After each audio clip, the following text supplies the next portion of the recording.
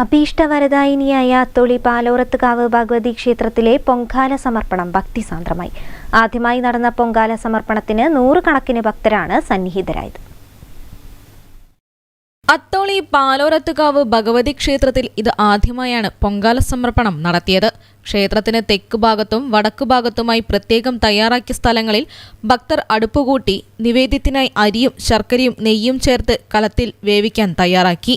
മേൽശാന്തി ഹരീഷ് നമ്പൂതിരി പണ്ടാര അടുപ്പിൽ നിന്നും തീ പകർന്ന് മറ്റടുപ്പുകളിലേക്ക് കൈമാറിയതോടെ ക്ഷേത്രാങ്കണം യാഗശാലയായി മാറി.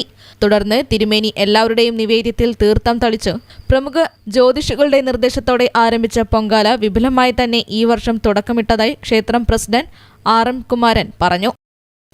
അത്തോളി ശ്രീ പാലോറത്തുകാവ് ഭഗവതി ക്ഷേത്രത്തിൽ ആദ്യമായിട്ടാണ് പൊങ്കാല സമർപ്പണം നടത്തുന്നത്. വളരെ വിപുലമായ രീതിയിലാണ് ഈ പ്രാവശ്യം ഇതിൻ്റെ ആദ്യത്തെ ഒരു ചടങ്ങ് എന്നുള്ള നിലയിൽ ഈ പൊങ്കാല സമർപ്പണം നടക്കുന്നത്.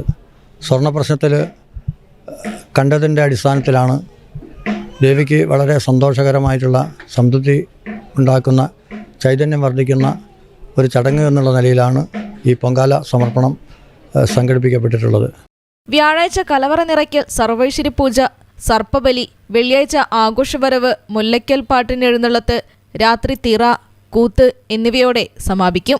ഉത്സവാഘോഷ committee chairman Thayyil Praveen Raj, president RM Kumaran, secretary KK Saseendran തുടങ്ങിയവരുടെ നേതൃത്വത്തിലാണ് ഉത്സവം. News bureau, Atholi.